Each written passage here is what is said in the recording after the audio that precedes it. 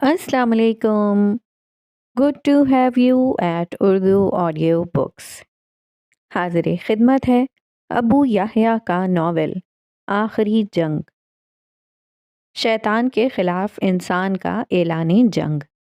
جب زندگی شروع ہوگی کی کہانی کا تسلسل. حضرت عیسیٰ علیہ السلام اور ان انبیاء بنی اسرائیل کے نام جنہوں نے یہود کے دور زوال میں حق کی شمع کو روشن کیے رکھا. تم میں سے جو لوگ ایمان لائے اور جنہوں نے عمل صالح کیے ان سے اللہ کا وعدہ ہے کہ ان کو زمین میں اقتدار بخشے گا جیسا کہ ان لوگوں کو بخشا جو ان سے پہلے گزرے. سورہ نور آیت نمبر 55. آرزوئیں نہ تمہاری پوری ہونی ہیں نہ اہل کتاب کی. جو کوئی برائی کرے گا اس کا بدلہ پائے گا اور وہ اپنے لیے اللہ کے مقابل کوئی حامی و مددگار نہ پا سکے گا. سورہ نساء آیت نمبر 123. لبیک اللہم لبیک.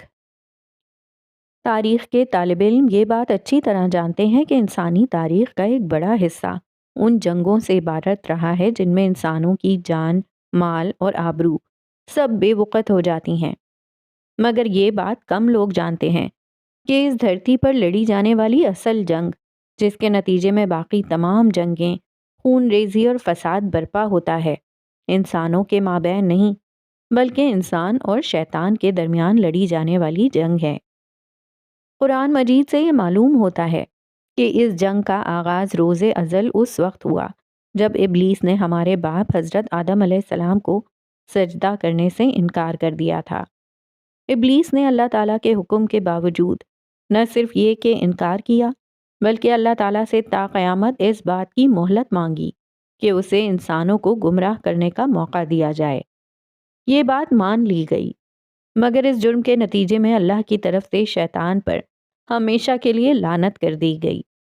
یہ گویا کہ آج کی اصطلاح میں انسانیت پر کیا جانے والا تاریخ کا سب سے بڑا خودکش حملہ تھا جس میں شیطان نے اپنی مکمل تباہی کی قیمت پر انسانوں کو برباد کرنے کا فیصلہ کیا. بدقسمتی سے شیطان کا یہ حملہ اتنا کامیاب رہا ہے کہ ایک صحیح حدیث بخاری رقم 3348 اور مسلم رقم 1028 کے الفاظ مستعار لیے جائیں تو ہر 1000 میں سے 999 لوگ اس کی زد میں آ کر جہنم کے مستحق ہو چکے ہیں.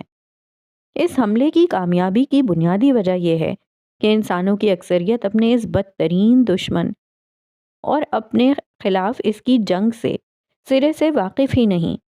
وہ بے خبری میں انسانوں پر وار کرتا ہے اور ان کی کمزوریوں کا فائدہ اٹھا کر ان کو اللہ تعالیٰ کی نافرمانی اور ناشکری میں مبتلا کر دیتا ہے.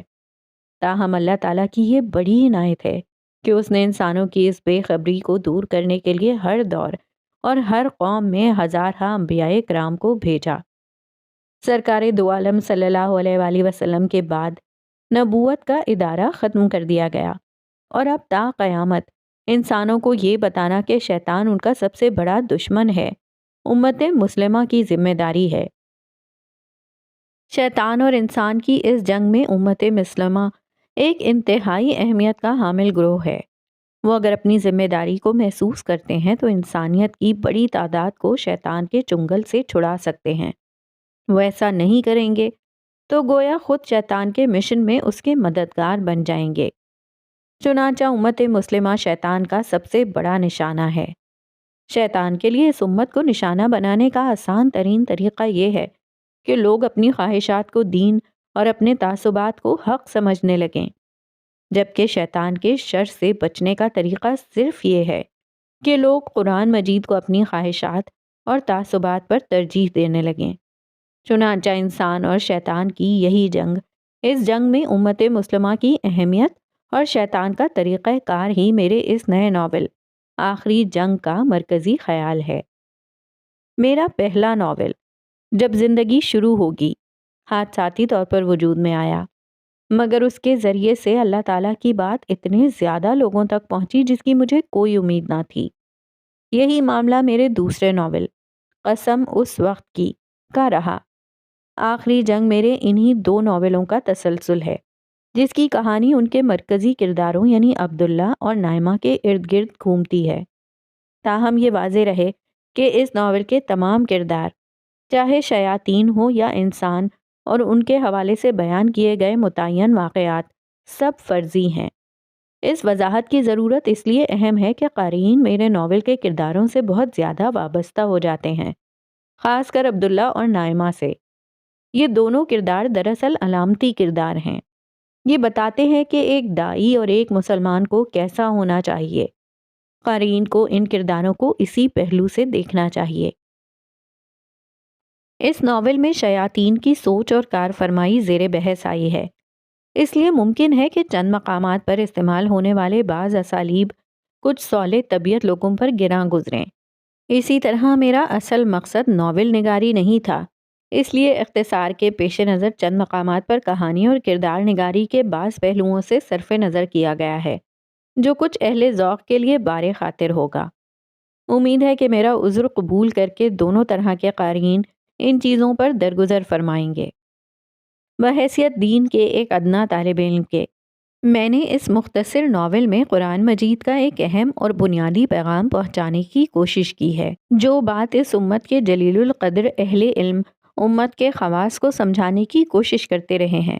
یہ ادنا طالب علم اپنے سادہ اسلوب میں اب اسے عوام الناس تک پہنچانا ضروری سمجھتا ہے، اس لیے کہ اس پیغام کو سمجھ کر عمل کرنے ہی میں دنیا اور آخرت کی ہماری نجات پوشیدہ ہے۔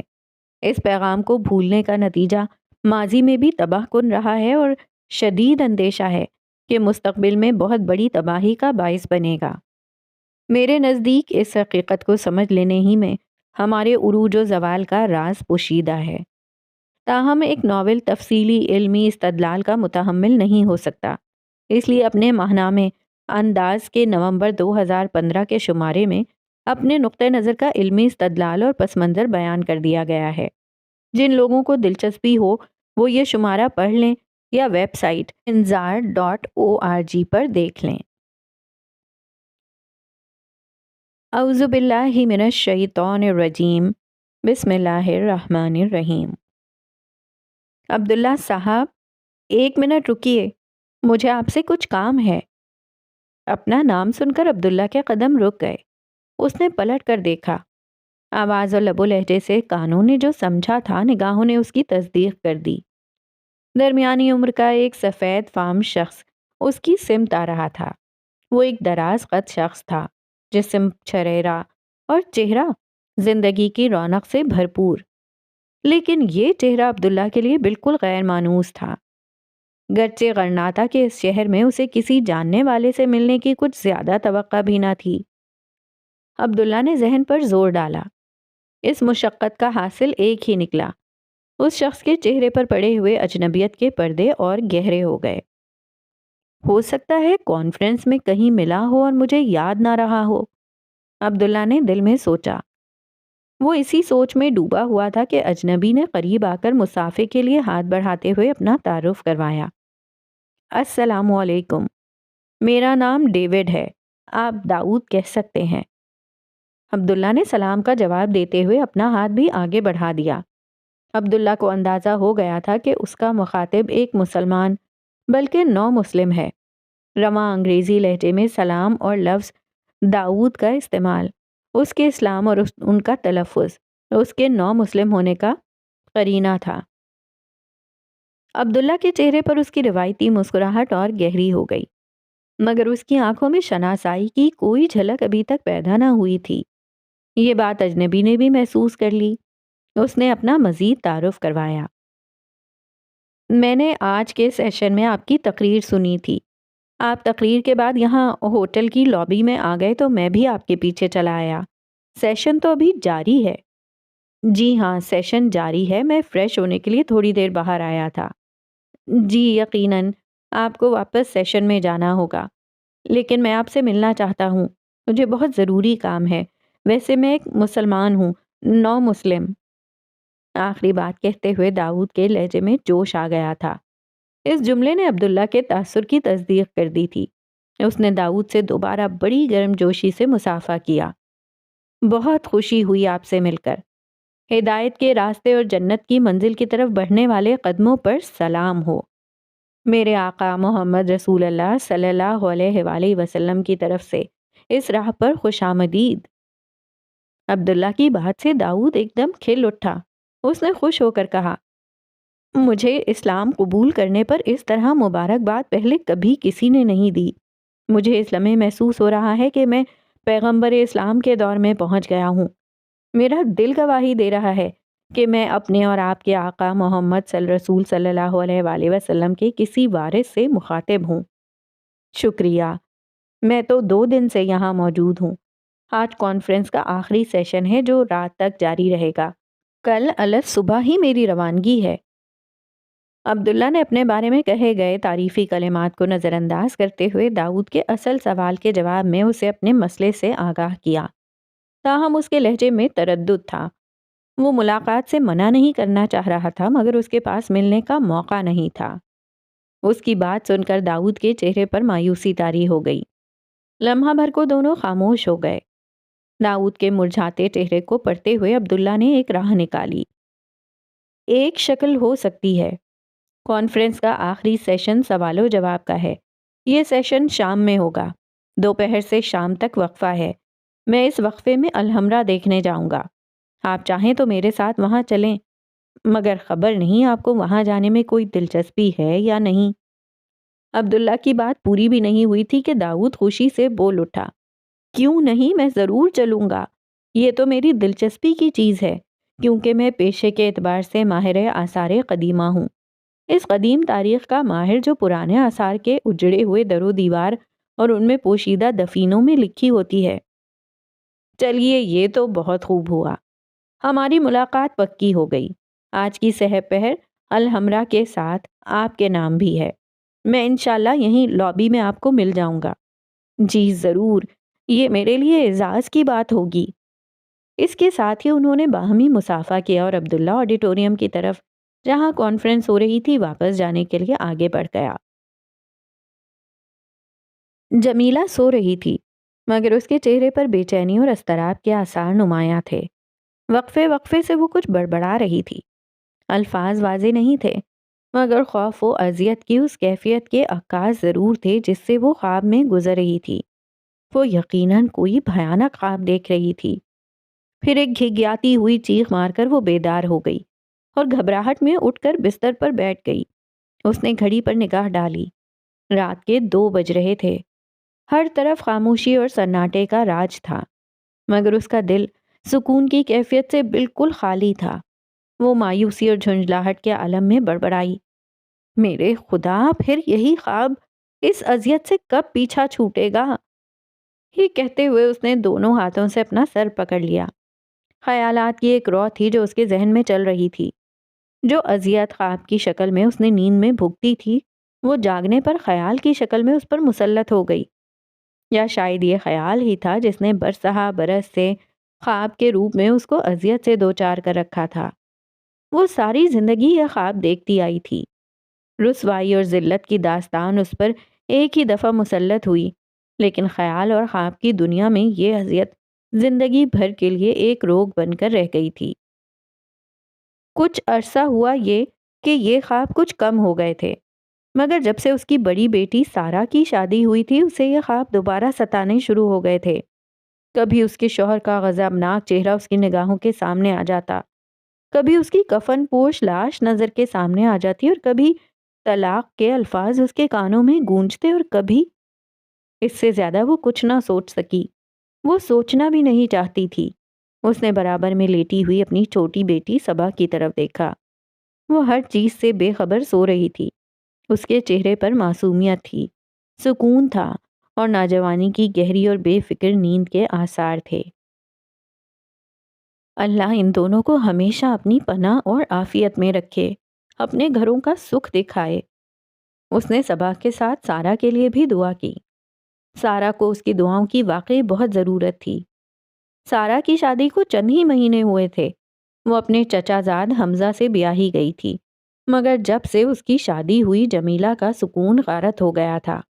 حمزہ اس کے دیور کا لڑکا تھا، مگر دونوں گھرانوں میں عرصے سے کچھ زیادہ ملنا جلنا نہ تھا، اس لیے انہیں حمزہ کے مزاج کا زیادہ اندازہ نہ تھا۔ انہوں نے حمزہ کو بچپن میں دیکھا تھا، دوبارہ اس وقت دیکھا جب ان کے دیور شفقت اور دیورانی سمینہ اس کا رشتہ لے کر آئے۔ ایک بیوہ کے گھر جس کے دونوں لڑکے کام کاج سے فارغ ہوں، کھاتے پیتے گھرانے کا رشتہ آ جائے، وہ بھی اتنے قریبی رشتہ داروں کے ہاں سے، اس سے زیادہ سکون کی کوئی بات اس کے لیے نہیں ہو سکتی تھی۔ وہ ماضی کی ساری شکایتیں بھول گئیں۔ یہ بھول گئیں کہ ان کے شوہر کے بعد شفقت نے مرحوم بھائی اور اس کے 4 یتیم بچوں کی کفالت کرنے کے بجائے منہ پھیر لیا تھا۔ وہ یہ بھی بھول گئیں کہ جس وقت وہ اور ان کے بچے غریبی کے انبار میں دبے ہوئے زندگی کی گاڑی کسی نہ کسی طرح کھینچ رہے تھے، شفقت صاحب نے انہیں پلٹ کر بھی نہ پوچھا، نہ سگی رشتہ داری کا لحاظ کیا، نہ بھائی کے یتیم بچوں کا۔ وہ انتہائی خود غرض شخص تھے۔ یہی زندگی میں ان کی ترقی کا راز بھی تھا۔ انہوں نے زندگی بھر اپنے بیوی بچوں کے علاوہ کبھی کسی کا نہ سوچا۔ اپنی ترقی کی راہ میں انہوں نے کسی جائز و ناجائز، حلال و حرام کی پرواہ نہ کی، اور آج وہ دنیاوی ترقی کے عروج پر کھڑے تھے۔ ان کی بیوی سمینہ اپنے شوہر سے بھی 2 ہاتھ آگے تھیں۔ در حقیقت شوہر کو ایسا بنانے میں بہت کچھ ان کا بھی عمل دخل تھا، مگر قسمت کو کیا کہیے کہ کچھ عرصہ قبل کسی شادی میں حمزہ نے سارہ کو دیکھ لیا۔ وہ تھی بھی بہت خوش شکل، پھر شادی کے موقع پر پہن اوڑھ کر ایسی لگ رہی تھی کہ ہزاروں میں نمایاں ہو جائے۔ وہ حمزہ کے من کو بھا گئی۔ اس نے ماں باپ کو صاف بتا دیا کہ شادی کرے گا تو سارہ ہی سے کرے گا۔ شفقت اور سمینہ ان دنوں اپنے اکلوتے بیٹے حمزہ کے لیے رشتہ دیکھ رہے تھے۔ شروع میں دونوں نے مزاحمت کی، مگر آخرکار بیٹے کی ضد کے آگے ہتھیار ڈالنے پڑے۔ اگرچہ وہ اس رشتے پر دل سے راضی نہ تھے، اور خاص کر سمینہ تو کسی طور آمادہ نہ تھی، مگر بیٹے نے کسی بھی اور جگہ شادی کرنے سے صاف انکار کر دیا تھا۔ مجبوری کے عالم میں بیوہ بھابھی اور مرحوم بھائی کی اولاد کی محبت دوبارہ جاگی، پھر آنا جانا شروع ہو گیا، ملنا جلنا ہوا، تحفے تحائف دیے گئے، اور پھر آخرکار سارہ کا رشتہ حمزہ کے لیے مانگ لیا گیا۔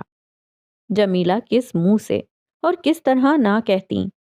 قریبی رشتہ، دولت کی ریل پیل، اچھا کھانا پینا، اور یہاں ہر جگہ مفلسی نے ڈیرے ڈال رکھے تھے۔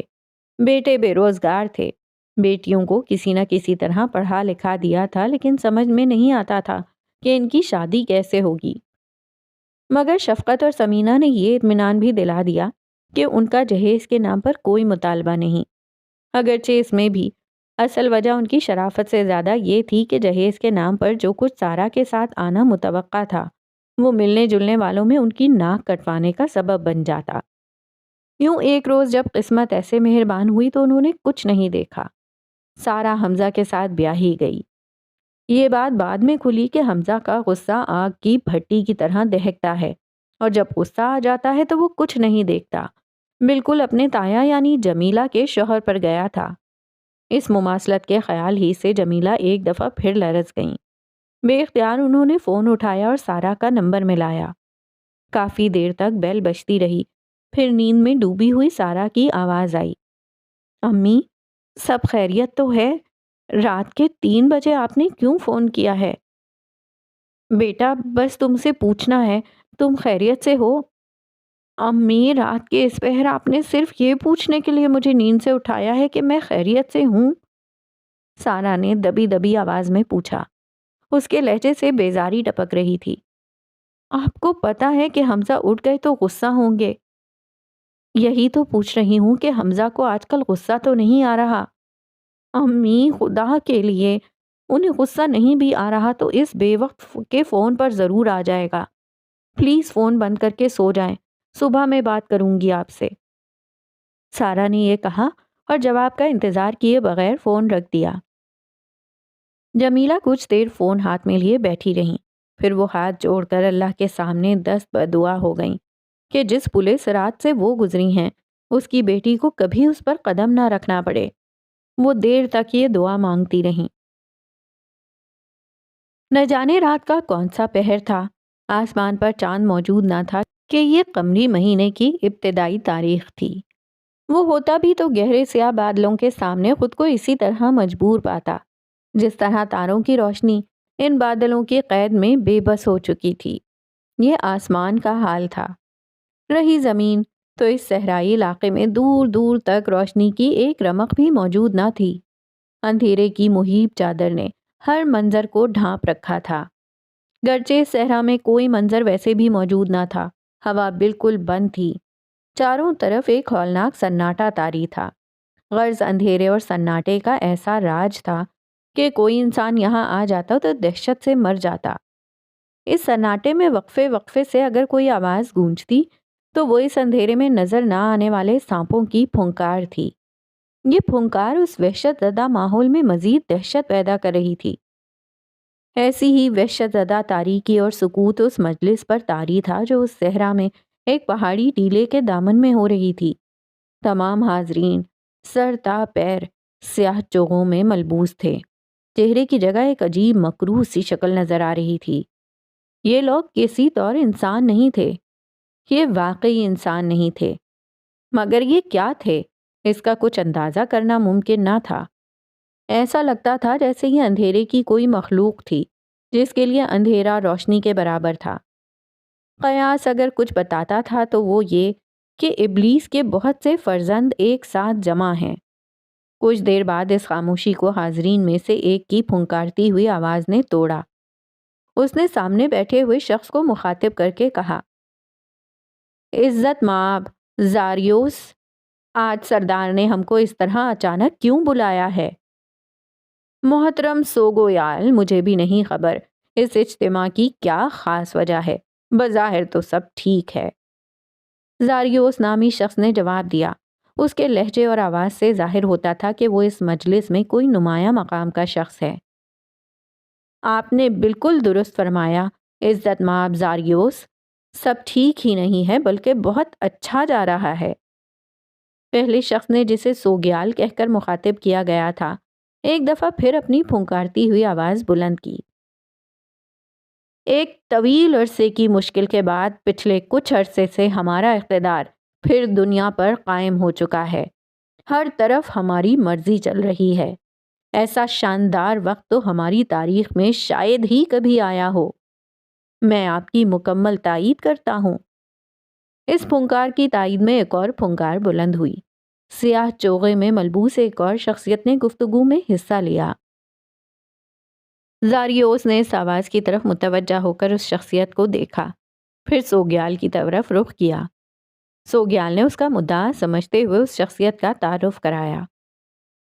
عزت مآب زاریوس، یہ ہمارے نئے اور جوان ساتھی ہیں جو اپنے بیش بہا کارناموں کی بدولت ترقی پا کر پہلی دفعہ ہماری مجلس میں شرکت کا اعزاز پا رہے ہیں۔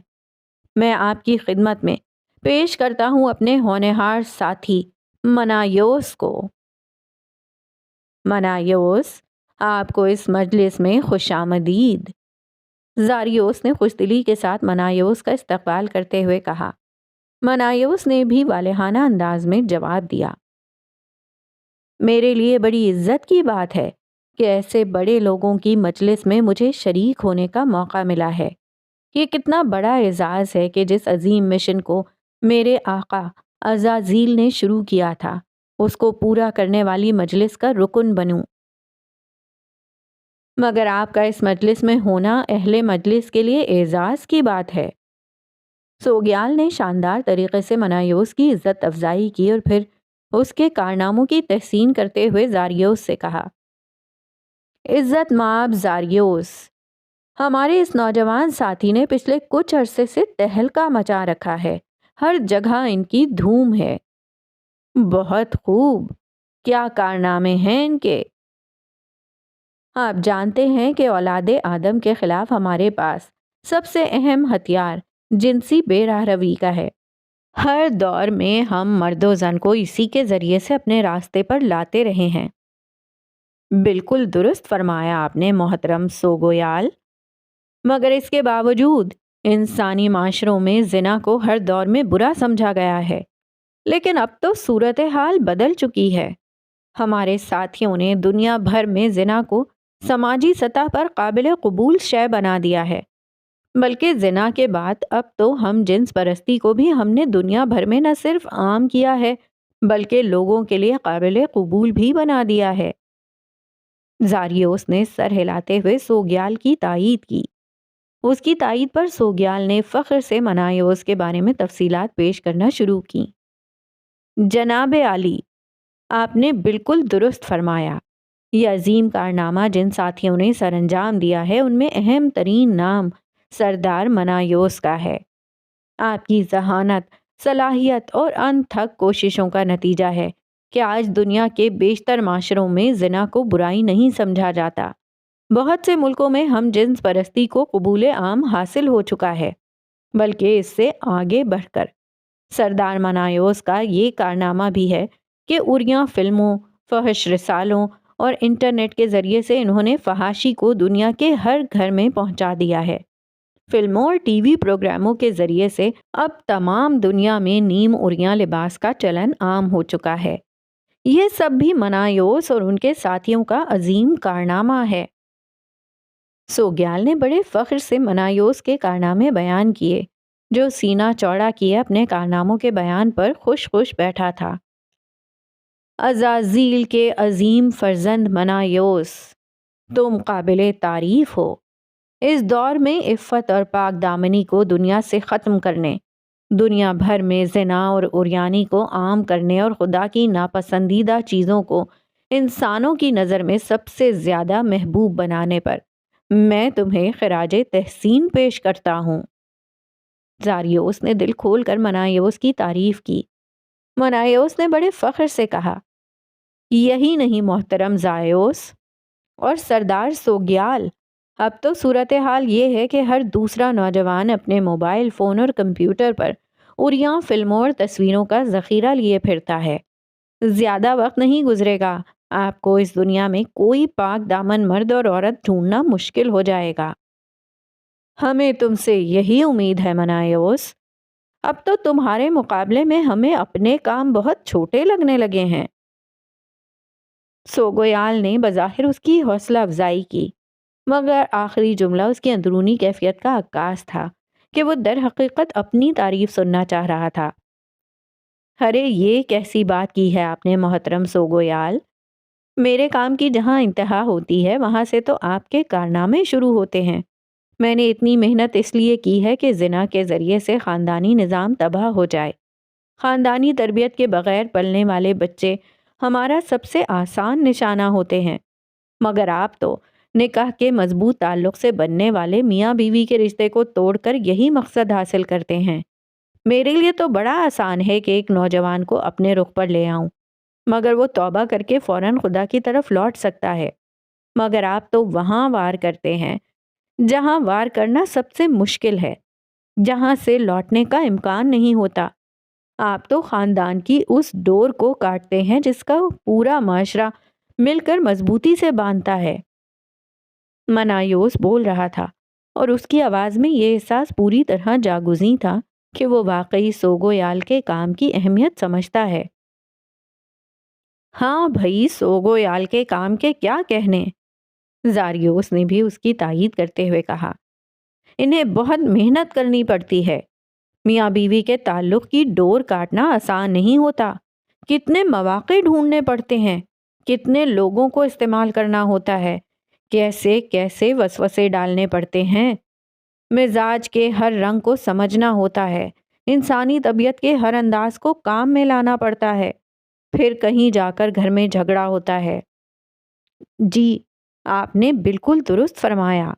اتنی محنت کے بعد ہی کہیں جا کر ہماری مرضی کا معاملہ ہوتا ہے۔ ایک دفعہ جھگڑا شروع ہو جائے تو الزام، بہتان، نفرت، بغض، عداوت، بد کلامی، جھوٹ، ظلم جیسی چیزیں گھر کی فضا کا حصہ بن جاتی ہیں۔ دل خراب ہوتے ہیں، بچے برباد ہوتے ہیں اور آخر کار میاں بیوی کا تعلق ہی ٹوٹ جاتا ہے۔ منایوس نے زاریوس کی بات میں گرہ لگاتے ہوئے ماہرانہ تبصرہ کیا، یہ نہ بھی ہو تب بھی رشتے ناتے ختم ہو جاتے ہیں۔